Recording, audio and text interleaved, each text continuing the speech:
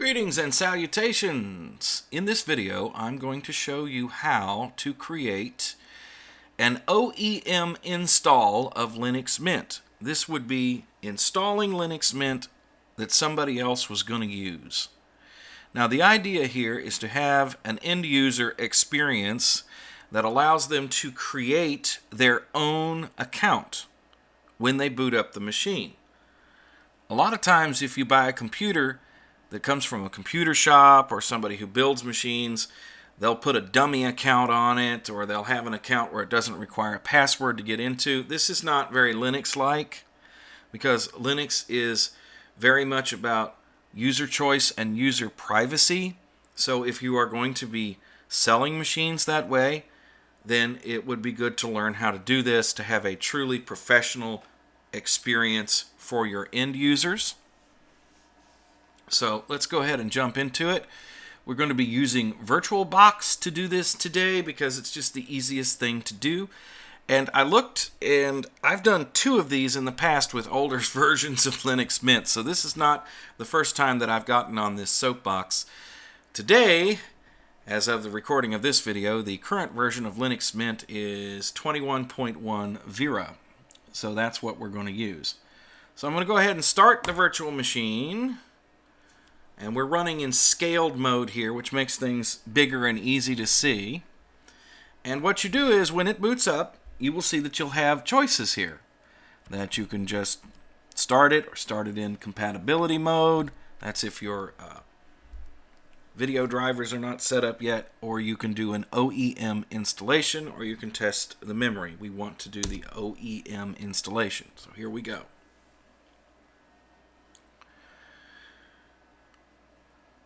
If you guys watched my last video where I was talking about getting this new AMD-based system, I can tell you that I'm just tickled pink to have it because I can do things like this. I've been fooling around with virtual machines and things like that for a long time. My Intel-based computers were having a really difficult time with VirtualBox. The first screen that you get when you do this is where you can put in a batch name. So if you're wondering what that is, that would be where you would build one system and then you would create a disk image once you get everything set up. And then you might make 10, 100, or 1,000 computers that had exactly the same hardware in it. And so they would all have the same batch name. Most people aren't going to do that. If you're doing this for your mom, you could put in Mom's PC here, whatever you want to. But I'm just going to put in Joe's PC Factory. Like I make PCs, which I do not. I don't even build my own. Okay, let's go. I guess you could just leave that blank as well, but I've always put something in there. So it's going to ask what keyboard you want. And we selected a language before. It's going to ask whether you want to install the multimedia codecs. Of course you do. Do you really want your end user to have to try and figure that out for themselves? No. We're trying to make their experience easier. So we'll go ahead and install the codecs. And the installer here, which is based on Ubuntu's Ubiquity installer, sometimes it makes you think that it's like not working because it's actually doing a whole bunch of stuff in the background. So at any point when you click these, if you think there's something going on, wait a good long time before you do something like reset the computer. Now here is where we will decide how we will set up storage with Linux Mint. If you want to create custom partitions, like you'd like your user to have a separate home directory or whatever, this is where you will do it. I am just going to let the system erase the disk and install it. And it's going to confirm that. We go, yep, sure, okay, fine, thank you.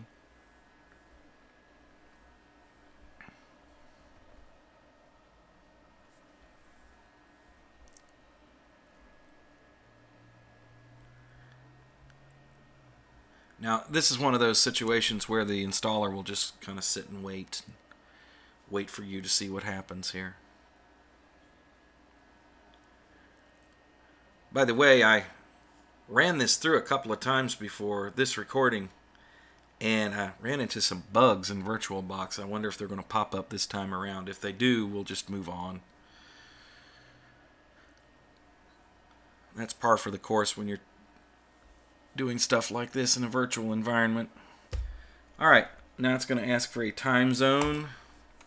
This is your local time zone as the OEM here, and you see that it has already created a username, or rather an account name, which is OEM, and it has provided a name for the computer. So I'm going to change that to... actually, no, I'm not going to change that. Let's move on, because I think I got the option to change that later. So let's go ahead and put in a password of some sort. This is a temporary account, so you can just put in admin. That'll be perfectly all right.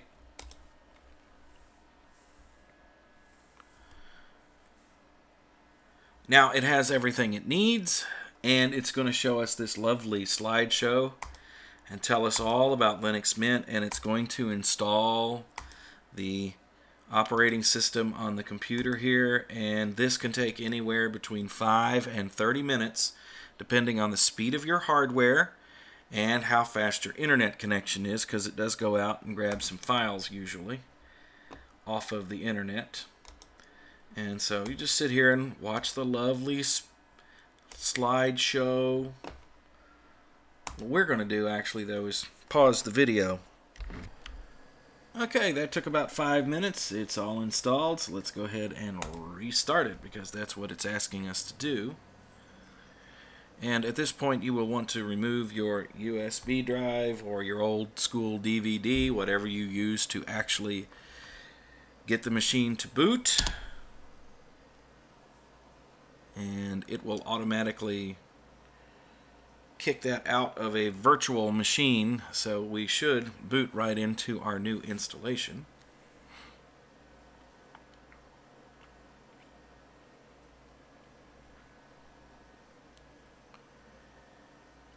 And here we are. And what we have is a normal looking Linux Mint desktop. Now it's kind of huge here, so let's fix that real quick so that things kind of look more normal.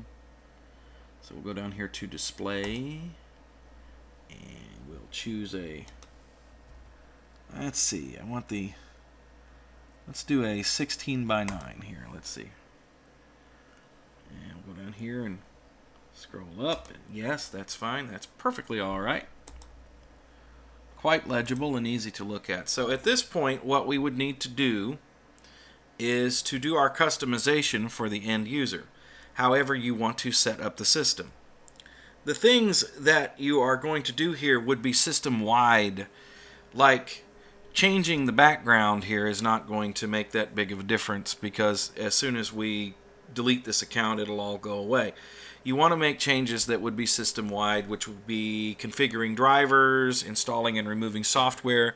Let's say that you know for a fact that your end user wants to use Chrome instead of Firefox. That would be something that you could do here. You could install Chrome, or you could put any software in you like. So let's make a couple of changes and just see what we can do here real quick. I'm going to open up a terminal. This is in the virtual machine, by the way. Some people get confused looking at this because they're like, you're opening a terminal. Is that in your main computer? Or, this is... The virtual machine is running on top of the machine that I'm using to record this video. Okay. So now we have a great big thing. So you can see what I'm doing here. So we are going to, first of all, install some software. And I'm just going to install htop. And if I type it right, it'll work. Sudo apt install. Yes, I've done this before, I swear to God.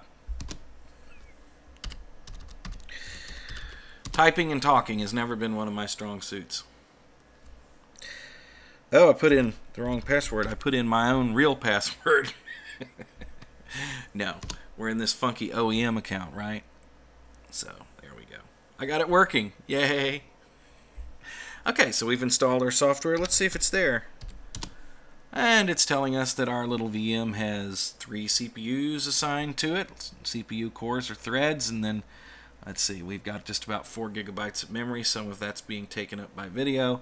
And we have a 1 gigabyte swap file, which it is not using any of, which is good. So, software installed.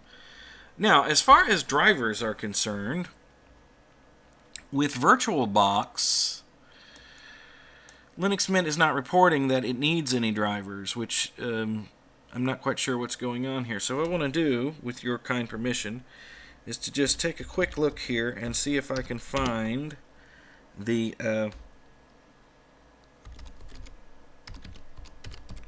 proper drivers here. So we're going to use apt search. I don't know why I'm doing everything backwards today. I guess that's just the way my brain is working. Now let's see what we got here. Well, here's the one that we need right there. We need to install that package right there. So let's go ahead and put that in. So we will do sudo apt install. And yes, I could attach the VirtualBox Guest Edition CDs. I have found that it's usually more stable if you just go grab the one that's in the distributions repositories if it's available. It tends to be a little bit of an older version. So let's see. Virt ual box dash guest. Right? Which one do we want? We want just X11. We want the standard one, not the hardware enablement. Yes, please.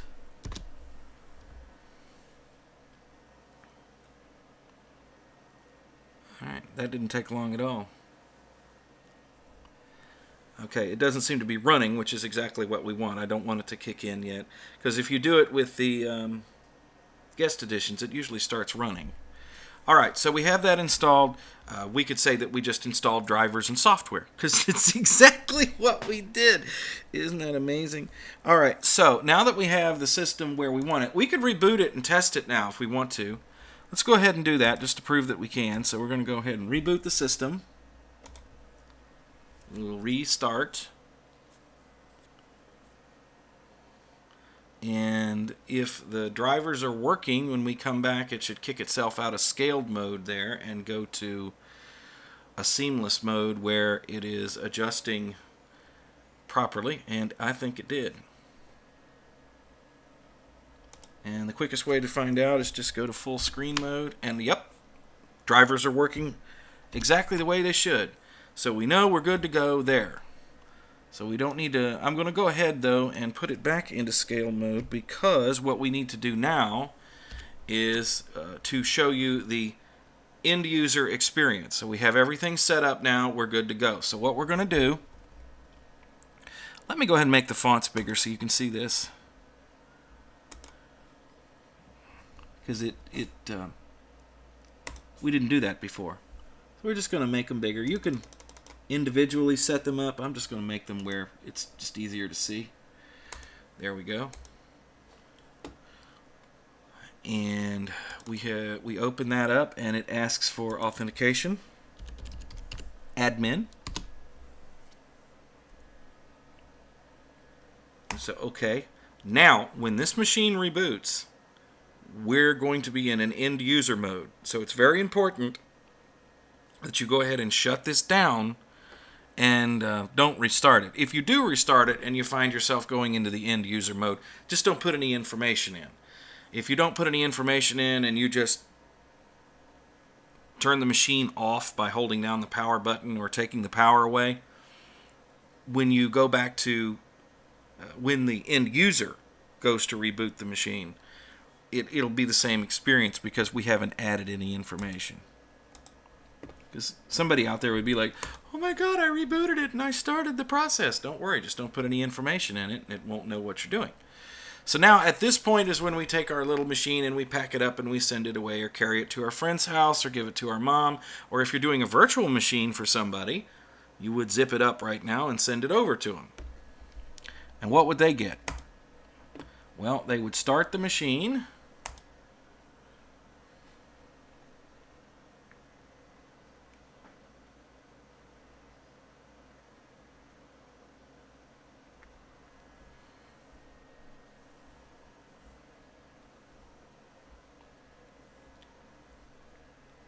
And this is what they would get, a blank screen.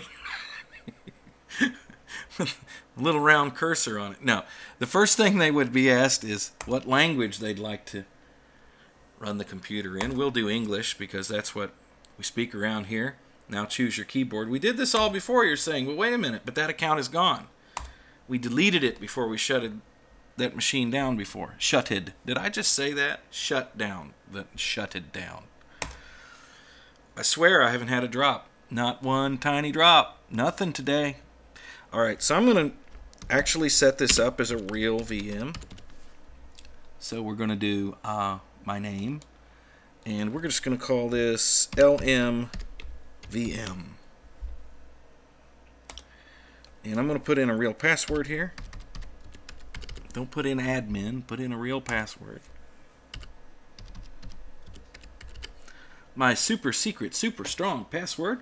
I want it to ask for my password when it logs in. Don't ever have your machines log straight in. That's just like asking anybody who ever walks into your house or steals your computer to just take a look around. Just go ahead and have fun with it. Make sure that you password protect your stuff, especially laptops, because yeah, it's a little thing, but it'll keep people from getting into your stuff.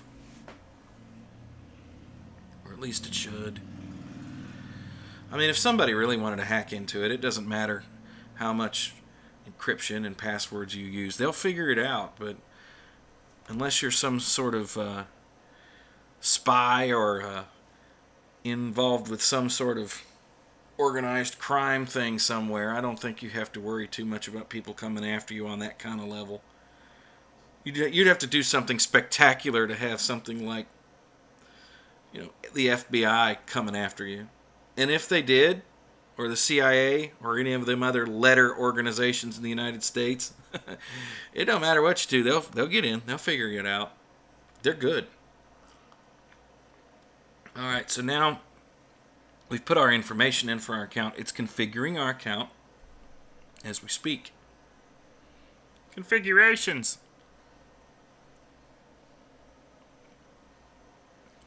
Dad, this video's boring. Can we watch something else? Jeez. It's just stuff happening on a screen, Dad. Okay, here we go. Alright, we are in, so we can log in for the first time as a new user. I don't know why that's so huge, but we'll give it a shot. I think it's... well, actually I do, because it hasn't set itself up properly. Alright, we are in to our new account. Let's see if we can go into the full screen mode. Oh yes, our VirtualBox drivers are working the way they are supposed to. So we can come in here and make adjustments and start working with Linux Mint. So let's see. Let me go ahead and make these fonts bigger.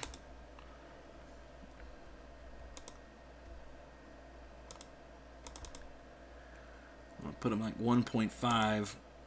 I usually go through and manually adjust these, but we're not going to do that right now. I'll do that later. Okay, I'm doing that. I'm going to open up a terminal. I'm going to make it bigger anyway. Make it nice and big. Now we are looking at our virtual machine, and the only way that you can tell is that we have the control box up here for the hypervisor right there. See, we can pull that down. So we are now in full screen mode running the virtual machine. Now before we installed HTOP, and it works, and it's running, and it's telling us that everything is good. And apparently the drivers are working for the guest editions for VirtualBox, although Driver Manager doesn't report them. Everything is very zippy. I went ahead and opened up Driver Manager. Let's see how long that takes. Sometimes the first time it opens, it takes a while. And here's where software. We can install software on our Linux Mint box if we want to. We can change the appearance. We can do whatever we want. Success, boys and girls. Now, isn't this a much more professional and seamless experience for whoever bought this machine or the machine that you're giving them, you know, whoever you're giving it to?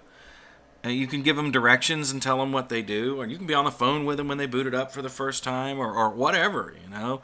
You can do all kinds of stuff. This is just so much more professional than sending out something with a dummy account on it, or you've set up an account that doesn't have any passwords or anything like that, that's just going to confuse a new user anyway. And if they set up another account and they delete the one that you started them out with, then they're not the proper user number. They're like, it's just, no.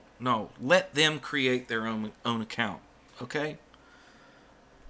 And I don't know why the driver manager is just refusing to open. I mean, let's give it another minute here. What else is there to talk about? Linux Mint is cool. That's something to talk about. Maybe it's running behind something. Oh, wait a minute, I think it is. Yeah, there's your driver manager. And it's reporting no drivers needed, even though we are running drivers for... It just doesn't see it as a driver? I don't know. That's new. In the past, it would always show you that it was running the guest editions video acceleration driver thingies. Doo-wop. That's it. We did it. Mission accomplished. We don't need that big. Oh, I did open 2 of them. It just took forever. Driver manager usually takes forever to open anyway. Okay, you get it? Very cool. So let's just go ahead and power this off. And I'll come in and play with it some more at some other date. And like customize it and make it look cool and whatever if I decide to keep it around. Because I'm having fun with virtual machines right now. Relearning how to use VirtualBox. And on the last video where I was talking about this, somebody was suggesting that I use, QEMU and KVM. I've tried all those. I really like VirtualBox for virtualization, and it's sort of kind of a standard for testing things. So you use the same software even though it's a little bit messed up, and you kind of know where it's messed up. But that way, if I'm testing different distributions, I kind of know how they run. And to tell you the truth, I have found that if a distribution of Linux runs well in VirtualBox, then it is going to run well on real hardware, and a wide variety of real hardware. If it don't run good in VirtualBox, chances are it's not going to run good on real hardware. Sorry. That's an excuse that I've heard a lot of developers use. Well, you're running it in VirtualBox. It doesn't run well. Guess what? It didn't run on my hardware either. So, Thank you for watching. If you liked the video, give it a like. The last time that I made a video, last couple of videos, I've been asking people to give them likes. Likes seem to make YouTube want to share it with other users, which has been a problem lately for my videos, is that they're not presenting my videos to people. So if you put a bunch of likes on here, then guess what? That seems to make them go, people like that. Maybe we ought to show that to more folks. It works. Thank you. We'll do this again soon.